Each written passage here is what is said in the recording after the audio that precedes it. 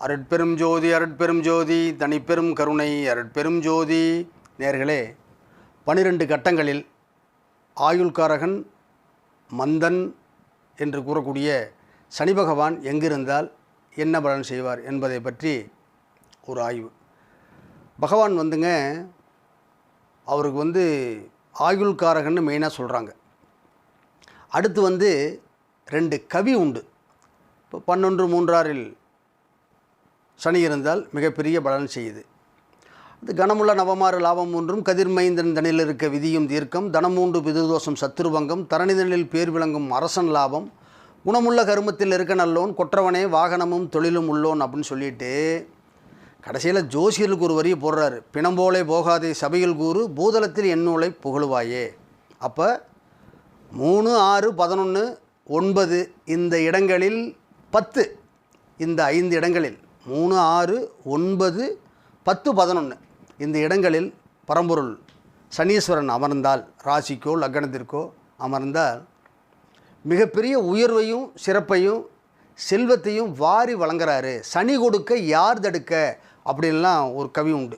அதுபோல் சனி பகவான் கொடுக்க ஆரம்பிச்சிட்டா எந்த கிரகம் பார்த்தாலும் அதை நிவர்த்தி பண்ணி கொடுக்க ஆரம்பிச்சிடுவார். இப்போ பொதுவாக அதே போல் சனி பகவான் கெடுக்கோன்னு நினச்சிட்டாருன்னு வச்சுக்கோங்க.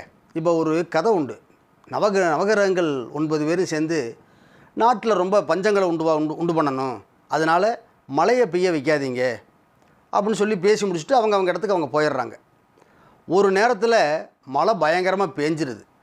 மழை பெஞ்ச உடனே சூரியன் கூப்பிட்றாரு, யார் அந்த வேலையை செஞ்சா? நம்ம தான் பேசி முடிவெடுத்ததுக்கப்புறம், இல்லைங்க பெரியவர் தாங்க.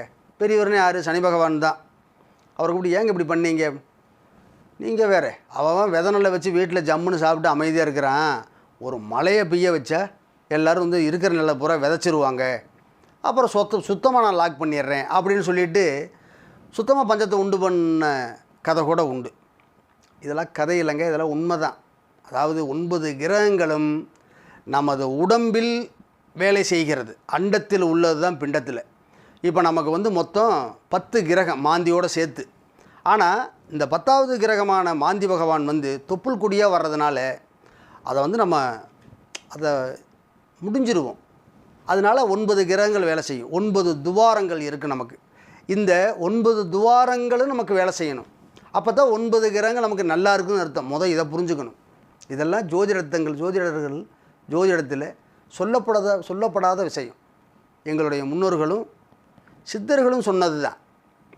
நான் ஒன்றும் புதுசாக கூட ஒன்றும் சொல்ல. இப்போ கண் எடுத்துக்கிட்டால் சூரியன் சந்திரன், மூக்கு எடுத்துக்கிட்டால் புதன், வாய் எடுத்துக்கிட்டால் சுவை சுக்கிரன், இப்படி ஒவ்வொரு இடமும் இந்த 9 கிரகமும் ஒவ்வொரு இடத்துலையுமே இருக்குது. நம்மளுடைய எண்ஜான் உடம்பில் இந்த 9 கிரகமும் ஒவ்வொரு ஸ்பாட்லேயும் வேலை செய்வாங்க. ஒரு கிரகம் கண்ணு மட்டும்தான் சூரியன் சொல்ல முடியாது. கண்ணுக்குள்ளே பல விஷயங்கள் இருக்குது. அதெல்லாம் மற்ற கிரகங்கள்லாம் சம்மந்தப்படுத்தும். அதுபோல் சனி பகவான் எப்படி 3, 6, 9, 11, 10, 11 இந்த 5 இடங்களில் இருந்து சிறப்பை செய்கிறாரு அப்படிங்கிறத பேசும்போது மற்ற இடங்கள்லேருந்து நான் 12 கட்டங்களில் மொத்தமாகவே கூட சொல்லிட்டேன். அதாவது 5 இடங்களில் சிறப்பை செய்கிறாரு. மீதி இடங்கள்லேருந்து என்னங்க செய்வார் அப்படின்னா, மீதி இடங்கள் இன்னும் 7 இடம் இருக்குது. இதில் என்ன சொல்கிறாரு? கண்டங்கள் 4, 7, 8, 10, 12 கண்டங்கள் 4, 7, 8, 10, 12 கருகிய சனி வரும்போது தெண்டங்கள் மிக உண்டாகும், திரவியம் நாசமாகும், கொண்டதோர் குடி வேறாகும், குருத்திரம் திட்டம் பாழாகும், பண்டுள்ள தேசம் விட்டு பரதேசம் ஒட்டி வைக்கும், அல்லது உயிரை வாட்டி வைக்கும், அல்லது விதியை மாற்றி வைக்கும், அல்லது விலங்கினை பூட்டி வைக்கும். இது எதுவும் செய்யலையே எனக்கு அப்படின்னா உடவை விட்டு உயிரை ஓட்டி வைக்கும்ங்கிறார். பார்த்துக்குங்க. அப்போ மீதி இதில் 2ஆம் இடம் வரல. இப்போ 2ஆம் இடம் பாதச்சனியாக வருது. அந்த 2ஆம் இடத்துல வந்தால் ஒரு படிப்பினையை கொடுத்துருது. அப்போ எனக்கு நீங்கள் சொன்ன 3ஆம் இடத்துலையோ, ராசிக்கோ லக்னத்துலேயோ, 3ஆம் இடத்துலையோ, அதாவது 6ஆம் இடத்துலையோ, 9ஆம் இடத்துலையோ, 10ஆம் இடத்துலையோ, 11ஆம் இடத்துலையோ இந்த 5 இடத்துல சனி பகவான் இல்லைங்கய்யா, அப்போ நான் ரொம்ப சிரமப்பட்டுருவேனா அப்படின்னா அப்படி இல்லை. ராசிக்கோ லக்னத்துக்கோ, லக்ன அதிபதி நின்ற இடத்துக்கோ, ராசியாதிபதி நின்ற இடத்துக்கோ, நட்சத்திர அதிபதி நின்ற இடத்துக்கோ சனி பகவான் கண்டிப்பாக உங்கள் எல்லா ஜாதகத்தையும் எடுத்து பார்த்துக்குங்க. 3, 6, 9, 10, 11 கண்டிப்பாக இருப்பார். நான் ஃபுல்லாக செக் பண்ணிட்டேனுங்க, எனக்கு அப்படி இல்லவே இல்லை, எனக்கு வந்து 4, 7 தான் இருக்குது, என்னங்கய்யா அப்படின்னு சொன்னீங்கன்னா, நீங்கள் பிறந்த கிழமை இருக்குது பாருங்கள், அந்த கிழமையும் ஒரு கிரகம். இப்போ பெரும்பாலும் ஞாயிற்றுக்கிழமை வருது, மொத்தம் 7 கிழமை வருதில்லைங்க. இந்த ஒவ்வொரு கிழமைக்கும் ஒவ்வொரு பலன் உண்டு. இதை பேசணும்னா ரொம்ப வீடியோ ரொம்ப பெருசாக போயிடும். அதனால் ஒவ்வொரு கிழமைக்கும் ஒரு பலன் உண்டு. அந்த கிழமைக்கு இப்போ சூரியன்னா ஞாயிறு, சந்திரனா திங்கள், செவ்வாய்னா செவ்வாய், புதன்னா புதன், வியாழன்னா குரு, வெள்ளினா சுக்கிரன், சனி பகவான்னா சனி, அப்போ ராகு, அதில் உள்ள இடைவெளி 7 கிரகங்கள் 7 நாட்களில் வந்துடுது. அப்போ இந்த 7 நாட்கள்லேயும் எனக்கு வந்து அது நீங்கள் சொன்ன 3, 6, 9, 10, 11 கிரகங்கள் வரலைங்க அப்படின்னா உங்களுக்கு லக்னத்தில் ராகு கேதுகள் இருப்பாங்க. அப்போ அந்த ராகு கேதுகளுக்கு சனி பகவான் வந்து நான் சொன்ன 3, 6, 9, 10, 11 இருப்பாங்க. இது எதுக்காக சொல்கிறேன்னா, நான் தப்பிக்கிறதுக்காக வரல. சனி பகவான் வந்து இந்த நிலையில் இல்லாதவங்க எனக்கு கிழமையிலே இல்லை, நீங்கள் சொன்ன லக்னத்திலே இல்லை, ராசியிலே இல்லை, நட்சத்திராதிபதியிலே இல்லை, ராசியாதிபதி நின்ற இடத்துக்கு இல்லை, லக்னாதிபதி நின்ற இடத்துக்கு இல்லை அப்படிங்கிறவன் பிறக்கவே மாட்டான்.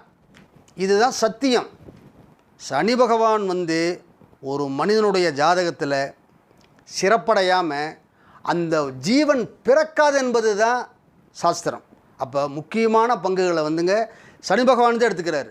இப்போ சாப்பிட்றது, ட்ரெஸ் பண்ணிக்கிறது, ஜாலியாக இருக்கிறது, இதெல்லாம் மற்ற கிரகங்களாக இருந்தாலும் சனி பகவான் என்ன செய்கிறாரு பாருங்கள், ஒரு வீட்டை தொடச்சி விட்றது, ரோட்டை கூட்டுறது, வயிற்றை க்ளீன் பண்ணுறது, மருந்து சம்பந்தமான நிலை, அப்புறம் ஒழுக்கம், சுத்தம், இந்த இடத்துக்கு அதிபதி பரம்பொருளாக வர்றார்.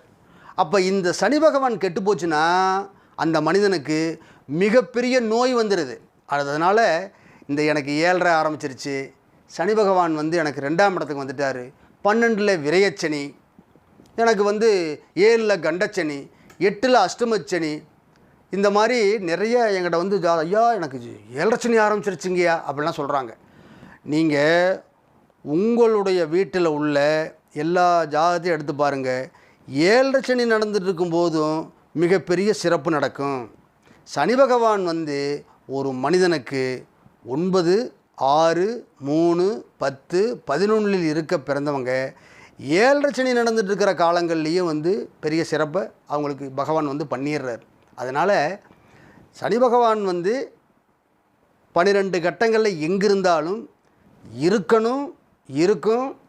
சின்ன சின்ன சிரமங்கள் வந்தாலும் கூட உங்களுக்கு வந்து எனக்கு 7.5 சனி நடக்குது, நீங்கள் சொன்ன இடத்துல எனக்கு வந்து சனி பகவான் இல்லை அப்படின்னு சொல்லி நீங்கள் எடுத்துக்கிட்டீங்க அப்படின்னா, உங்களுக்கு சந்தேகமாக இருந்தால் தினமும் எறும்புக்கு சர்க்கரையும், உங்களால் முடிஞ்ச சுத்தமான உணவு வந்து காகத்துக்கும், கண்ணு தெரியாதவங்க, தடியூனி நடக்கிறவங்க, இவங்களுக்கு வந்து ஒரு ஊன்றுகோல், ரோட்டில் பெட்ஷீட் இல்லாமல் ஒரு போர்வைக்கு இல்லாமல் ஒரு ஆபத்தான நிலையில் தூங்கியிருப்பாங்க, அவங்களுக்கு உங்களால் முடிஞ்ச கைமாறு, பசின்னு தெரிஞ்சுன்னையே தன்னால் முடிஞ்ச ஒரு சின்ன உணவாவது கொடுத்து அந்த தற்போதைய பசியை கட் பண்ணி அவங்கள வாழ வைக்கிறது, இதெல்லாம் பண்ணாலே வந்துங்க சத்தியமாக சனி பகவானுடைய பூரண ஆசீர்வாதம் கிடச்சி மிகப்பெரிய பாதுகாப்பு கிடைக்கும். உங்கள் உயிருக்கு, உடலுக்கு, குடும்பத்துக்கு சத்தியமாக பாதுகாப்பு கிடைக்கும் என்பதை கூறி, சனி பகவான் 12 ராசிகளில் எங்கிருந்தாலும் அவர் இருக்கணும், சனி பகவானை வணங்கணும், நம்ம நல்ல மேன்மையான நிலையை அடைய என்பதை கூறி, எனது நேயர்கள் அனைவருக்கும் சனி பகவானுடைய 12 கட்டங்களில் குறிப்பிட்டு எங்கெங்கே இருந்தால் கெடுதலை செய்யும், எங்கெங்கே இருந்தால் நன்மையை செய்யும் அப்படிங்கிறத கூறி பேசியிருக்கிறேன்.